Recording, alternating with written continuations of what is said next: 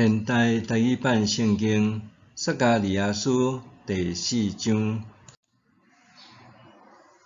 迄个甲我讲话的使者搁活来，甲我叫醒，亲像甲得困的人叫精神。伊问我：你看到甚物？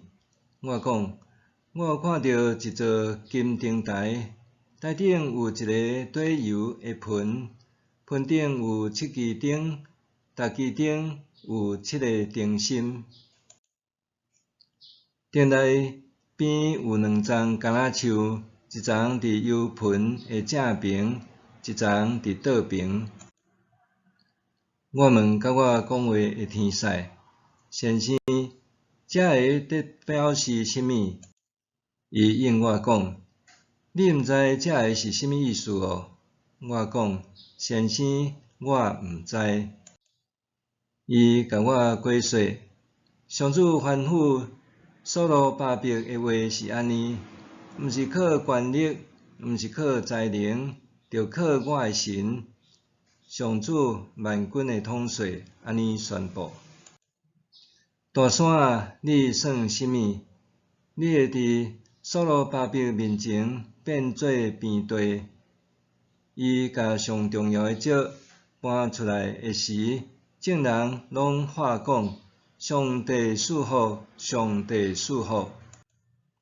上主有搁对我讲：所罗巴伯有甲即间圣殿下地基，嘛要亲手完成重建的工作。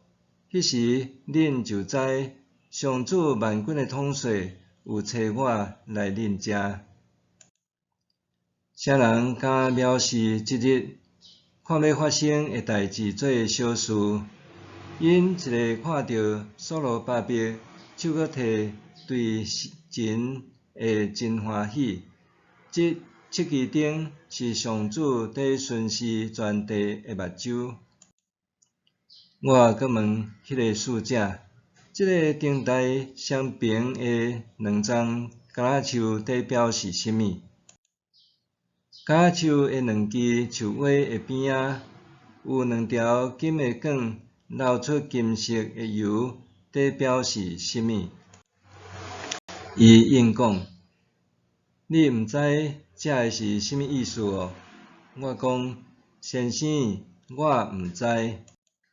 伊讲：这是2个受抹油竞选的仆人，在侍候全地的主。